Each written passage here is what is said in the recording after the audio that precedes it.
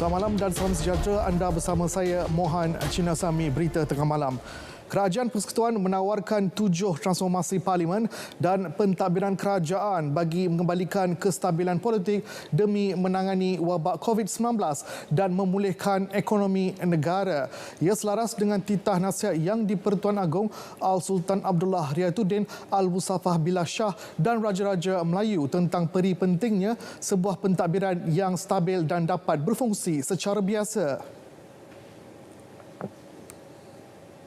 Perdana Menteri Datuk Seri Ismail Sabri Yaakob dalam kenyataannya berkata, kerajaan berpandangan fokus dan keutamaan yang perlu diberikan oleh semua pihak pada ketika ini adalah terhadap kestabilan politik dan pentadbiran negara dalam memerangi COVID-19 serta pemulihan ekonomi. Tawaran itu bertujuan mewujudkan lanskap politik baru dengan melaksanakan transformasi dan pembaharuan dalam tata kelola pentadbiran kerajaan, khususnya memperkasakan peranan institusi parlimen. Pada masa sama, kerajaan komited untuk memperkenalkan lebih banyak transformasi dari semasa ke semasa. Transformasi kerajaan ini memaktubkan nilai-nilai murni dan muafakat merentasi pelbagai latar agama, kaum dan budaya dalam konteks keluarga Malaysia. Berikut 7 tawaran transformasi parlimen dan pentadbiran kerajaan.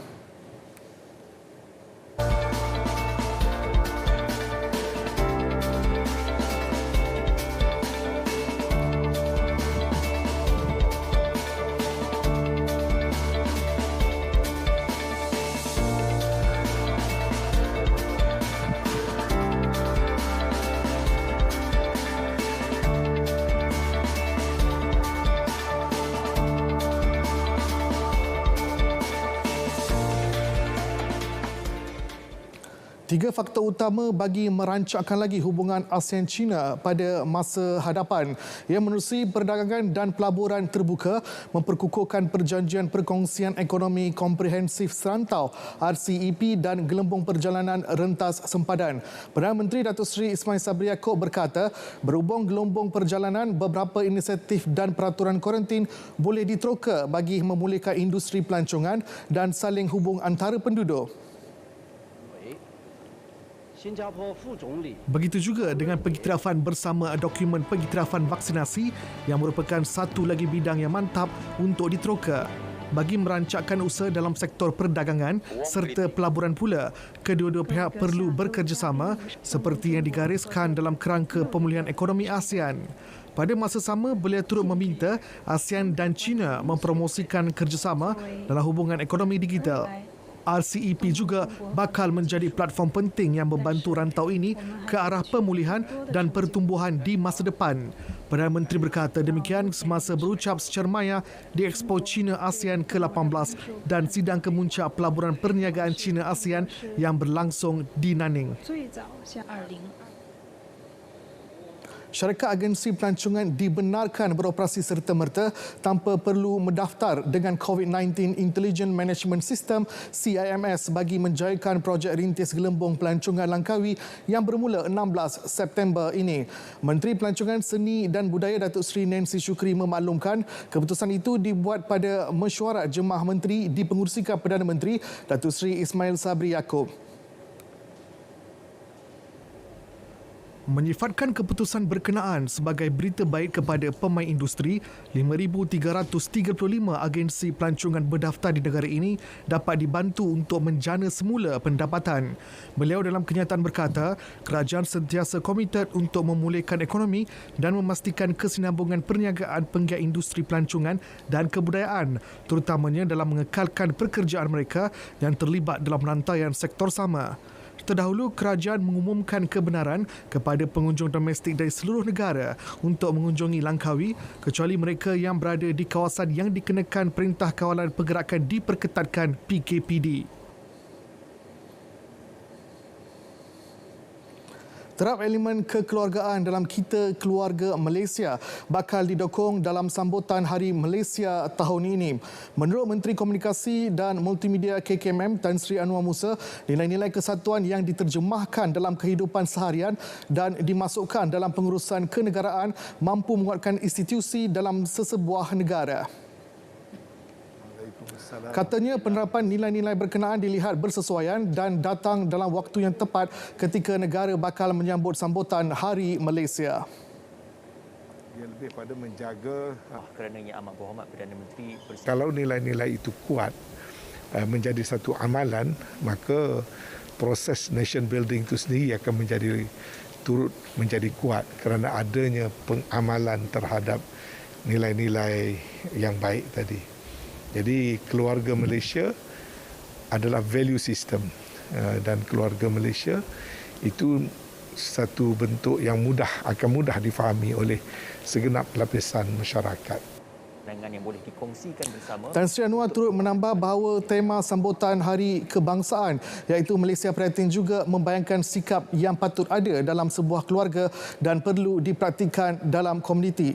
Beliau berkata demikian dalam temu bual bersama wartawan di Wisma Berita. Media berperanan memberikan maklumat tepat bagi mendidik masyarakat mengadaptasi kehidupan dalam norma baru. Menurut Tan Sri Anwar Musa, meskipun negara akan beralih kepada situasi endemik, namun komuniti perlu menerima dan menyesuaikan diri hidup bersama COVID-19. Justru beliau mahu media seperti RTM memainkan peranan penting dalam mendidik masyarakat ke arah itu. Tan Sri juga ramai yang mengirimkan salam.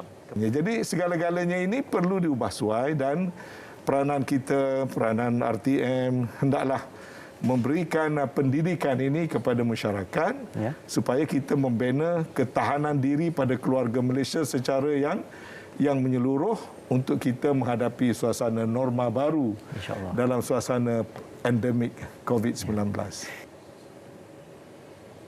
Tan Sri Anwar Musa berkata demikian dalam program Bicara Naratif.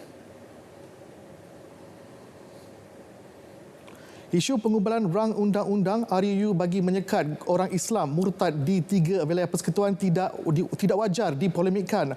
Menurut Menteri di Jabatan Perdana Menteri Hal Ehwal Islam Idris Ahmad, menerusi satu kenyataan demi melindungi kesucian agama Islam, RUU ini hanya dihadkan kepada individu Muslim sahaja dan bukan kepada penganut agama lain. Jelasnya pengembangan agama kepada penganut selain Islam adalah masih dibolehkan di bawah sisi undang-undang sebagai hak kebebasan beragama yang dijamin perlembagaan.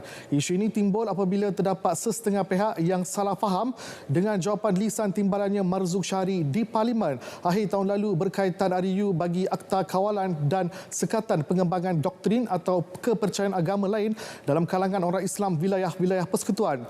Asalnya penjelasan perancangan strategi kerajaan bagi mengubal sekurang-kurangnya 11 undang-undang syariah utama merangkumi penggubalan undang-undang baru dan pindaan yang dijawab selepas soalan tambahan.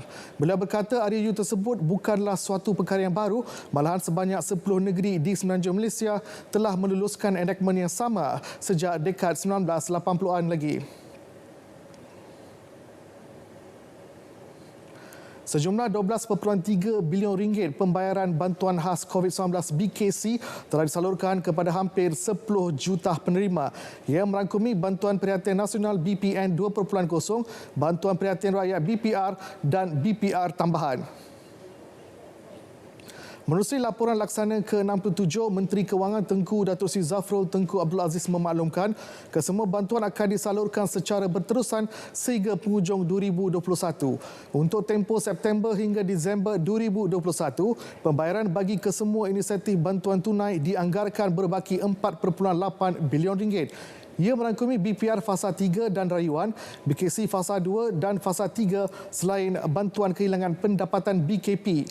Keseluruhan sejumlah 17.1 bilion ringgit telah disediakan oleh kerajaan pada tahun ini bagi pelaksanaan kesemua inisiatif bantuan tunai yang telah dan akan disalurkan kepada penerima yang layak.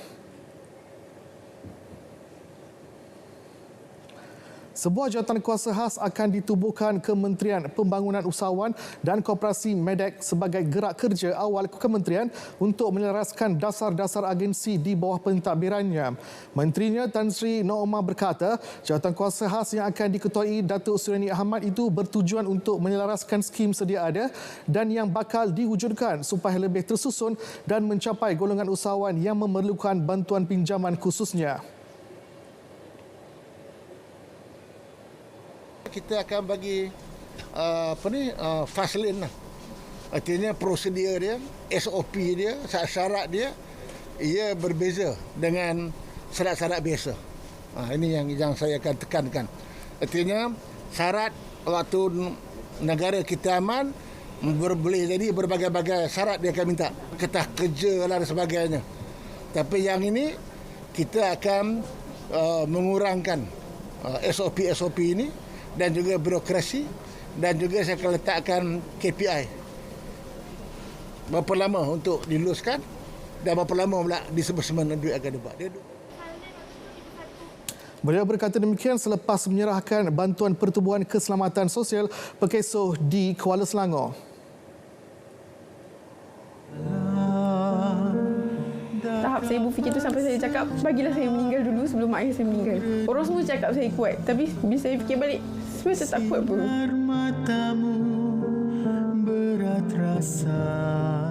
Saksikan Sabtu ini, 11 September, 8.20 malam dalam COVID Itu Benar di Berita Perdana.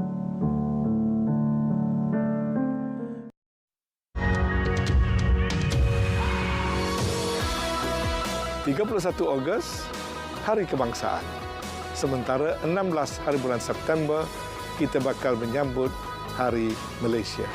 Saya mengambil kesempatan ini untuk mengucapkan selamat menyambut Hari Kebangsaan dan juga selamat menyambut Hari Malaysia.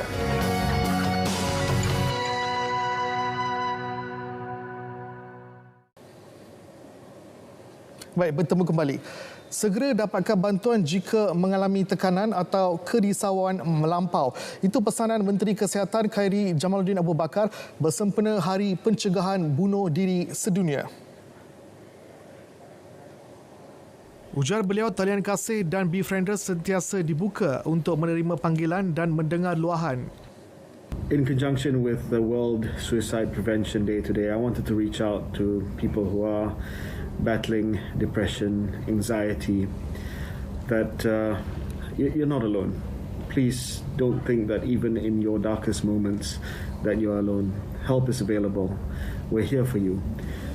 I've put here numbers that you can call, services that you can access, and I hope that you pull through this, and we are here for you.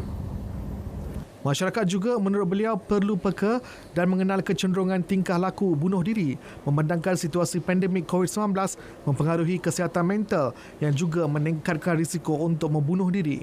Beliau mengingatkan orang awam untuk mendapatkan pertolongan, berikan perhatian serta elakkan diskriminasi.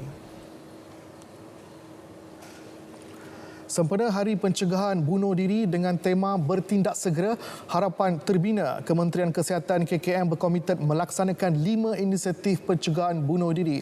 Malah akan mengenal pasti secara spesifik faktor dan sebab kemurungan yang boleh menyebabkan situasi seperti ini berlaku.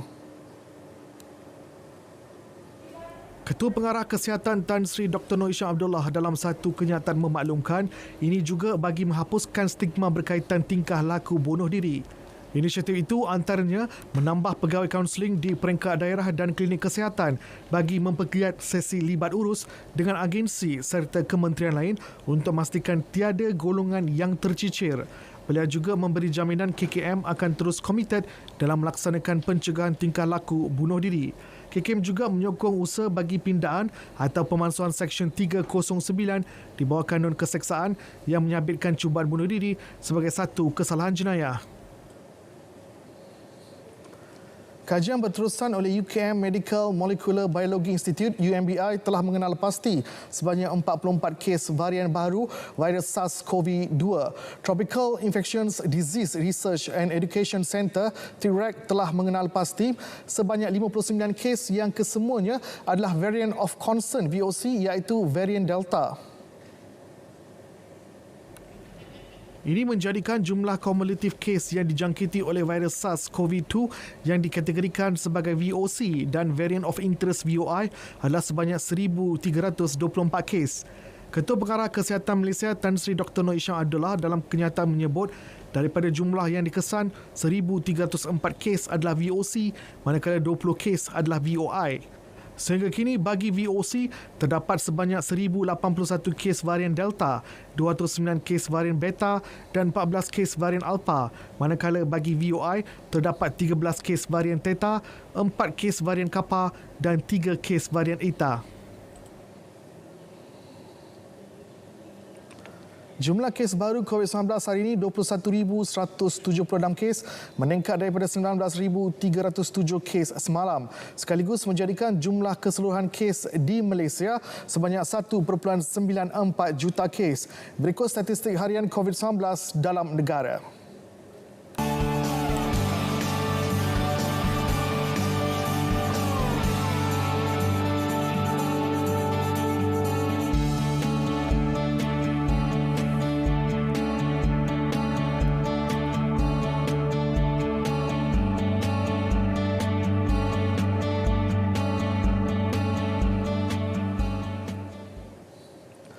Negara memerlukan bakat yang tepat bagi tujuan pemulihan daripada pandemik COVID-19 dan industri perlu menerapkan strategi baru dalam penggunaan teknologi baru untuk terus berdaya saing. Menurut Menteri Sains, Teknologi dan Inovasi Datuk Seri Dr. Adam Baba, sekurang-kurangnya 45% bakat atau pekerja berkemahiran tinggi diperlukan agar mampu bersaing dalam negara terkemuka di dunia. Setakat ini, negara menghadapi kebimbangan ketara berikutan kekurangan pekerja berkemahiran tinggi untuk memenuhi permintaan industri terutama dalam teknologi baru dan teknologi baru muncul. Oleh itu, penting bagi teknologis, juruteknik, saintis dan pendidik untuk menjadi pemain utama dalam pembangunan tenaga dan kepakaran bagi meningkatkan kemahiran, produktiviti dan daya saing negara melalui sains dan teknologi. Beliau menjelaskannya demikian pada webinar Lembaga Teknologi Malaysia yang bertajuk Accelerating Nation's High Skill Talent yang bertujuan menekankan kepentingannya kepada pembangunan negara. 5 lokaliti masing-masing 4 di Pahang dan 1 di Sabah dikenakan Perintah Kawalan Pergerakan diperketatkan PKPD mulai hari ini sehingga 25 September. Ini susulan penilaian risiko oleh Kementerian Kesihatan Malaysia KKM dan tren jangkitan COVID-19 di kawasan terbabit.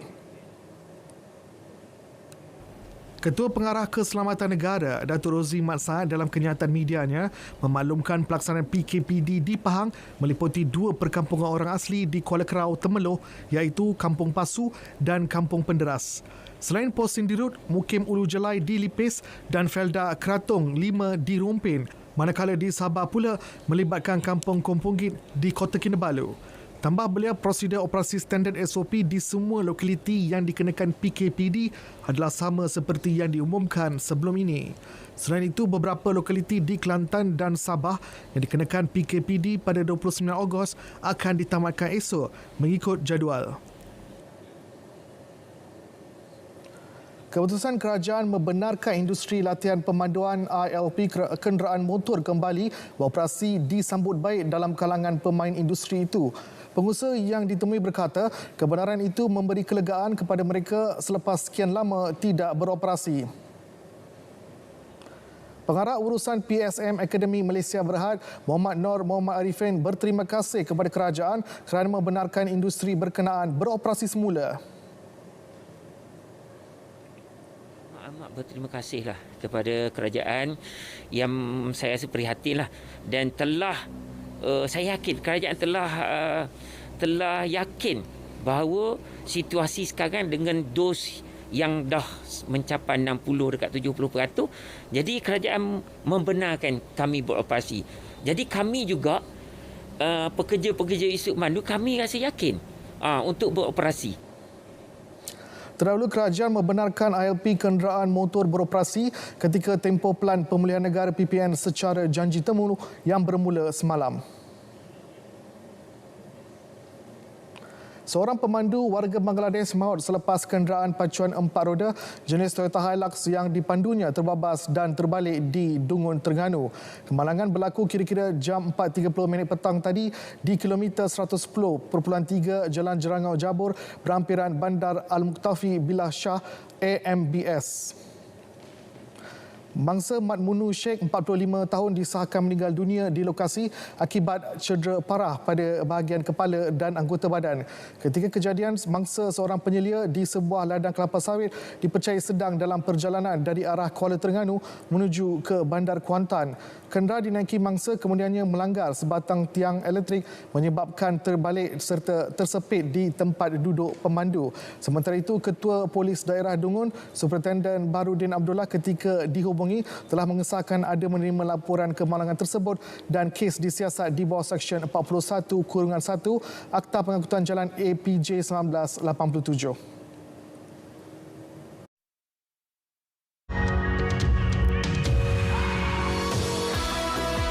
31 Ogos, Hari Kebangsaan.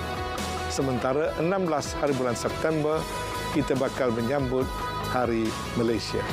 Saya mengambil kesempatan ini untuk mengucapkan selamat menyambut Hari Kebangsaan dan juga selamat menyambut Hari Malaysia.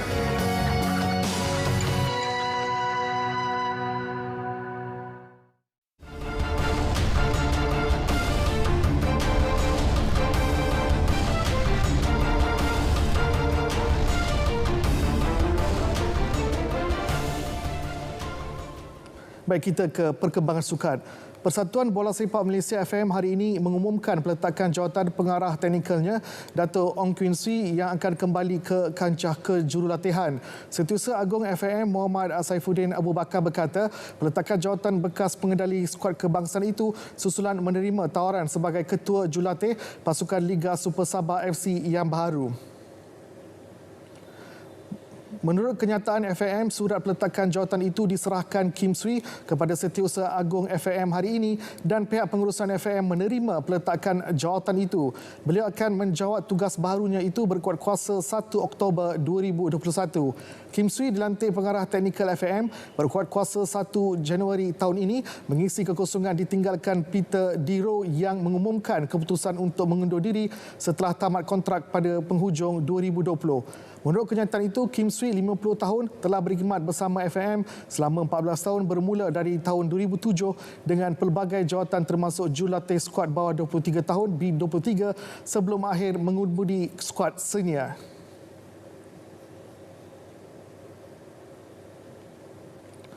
Terengganu FC TFC bertekad menembus maruah yang tercalar selepas tewas 3 kali berturut-turut dalam aksi terakhir sebelum ini apabila turun menutup kempen Liga Super dengan berkunjung ke Penang FC Ahad nanti. Ketua Jurulatih Nafuzi Zain berkata dia menuntut pasukannya menampilkan persembahan terbaik di Stadium Bandaraya Pulau Pinang bagi mengutip 3 mata penuh buat kali terakhir. Menurut Nafuzi, TFC tidak mempunyai pilihan selain mencatat kemenangan ke atas skuad Harimau Kumbang itu bagi memastikan mereka mengakhiri saingan musim ini di kelompok 3 teratas Liga. Jelasnya semua pemain skuad Sang Penyu itu sedar perlawanan kali ini pastinya berbeza kerana ia bukan sahaja aksi terakhir Liga, malah turut bakal menentukan peluang mereka memenangi slot ke kejohanan Piala AFC sebagai naib juara. TFC ketika ini menghuni tangga keempat Liga Super dengan 37 mata di belakang Penang FC yang berkelebihan 3 mata. Bagaimanapun, skuad dari Pantai Timur itu terpaksa mengharapkan pasukan tangga kedua Kedah Darul Aman tewas kepada Melaka United di Alostar jika mahu impian tersebut dapat dicapai. Skuad Halang Merah itu ketika ini terikat 40 mata dengan Penang FC dan berpeluang muncul naib juara jika menang dengan jaringan besar ke atas Melaka Ahad ini. Bekas atlet angkat berat negara Roswadi Abdul Rashid tidak setuju dengan cadangan Persekutuan Angkat Berat Malaysia PABM untuk membubarkan skuad kebangsaan susulan 2 atlet mereka dikesan positif bahan terlarang jenis anabolik steroid. Roswadi, bekas pemenang pingat gangsa Sukan Commonwealth 2002 dan 2006 berkata PABM seharusnya memikirkan alternatif lain kerana langkah drastik itu bakal merugikan arena sukan angkat berat tanah air. Menurut Roswadi, antara alternatif lain yang boleh dilakukan PABM ialah mengenakan hukuman yang lebih berat kepada atlet terlibat seperti menambah tempoh hukuman penggantungan. Saya mencadangkan sekiranya boleh ada cara lain yang lebih bagus. Bagi cadangan saya, kita boleh menggubal undang-undang baru, memperketatkan atau memperkasakan undang-undang yang sedia ada seperti 4 tahun, mungkin kita tambah jadi 6 tahun, 8 ataupun seumur hidup untuk kesalahan yang pertama. Nomor tiada ada lagi kesalahan yang kedua diberi maaf. Sebelum ini, pemenang pingat emas Sukan Commonwealth 2018, Azroy Hazalwafi dan seorang lagi atlet angkat berat, Izhar Ahmad disahkan positif bahan terlarang oleh Agensi Anti-Doping Malaysia sekaligus berpotensi dikenakan penggantungan maksimum 4 tahun jika bersalah. Perkembangan terbaru itu amat mengecewakan kerana dalam tempoh masa 5 tahun ini sahaja, sebanyak 10 atlet dari sukan itu telah dikesan positif bahan terlarang.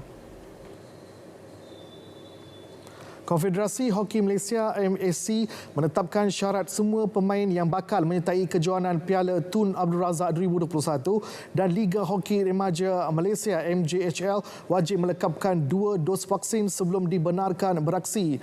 Pengerusi Jawatan Kuasa Pertandingan MHC, Datuk Seri Dr. Anil Jit Singh berkata syarat itu merupakan sebahagian daripada prosedur operasi standard SOP yang ketat bagi penganjuran kedua-dua kejohanan tempatan berkenaan. Menurut Datuk Seri Dr. Anil Jit Singh, mana-mana pemain yang gagal memenuhi syarat berkenaan tidak akan dibenar beraksi dalam kejohanan tersebut. Tanpa 2 dos, you will never allow to join the tournament. Itu pun kita akan mandatory. After they giving us the form, we will ask them to sign 1 form after that to make sure the players semua ada 2 dos.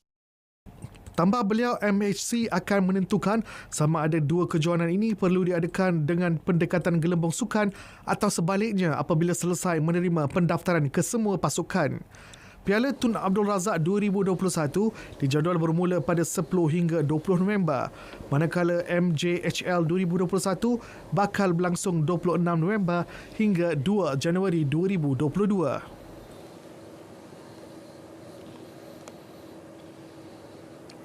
Baik, berita tengah malam berakhir di sini. Sebagai keluarga Malaysia, marilah kita berganding bahu memulihkan negara daripada ancaman pandemik COVID-19. #Malaysia Prihatin, #Demi Negara, #Menang Bersama. Saya Mohan Cina Sami, selamat malam dan salam sejahtera.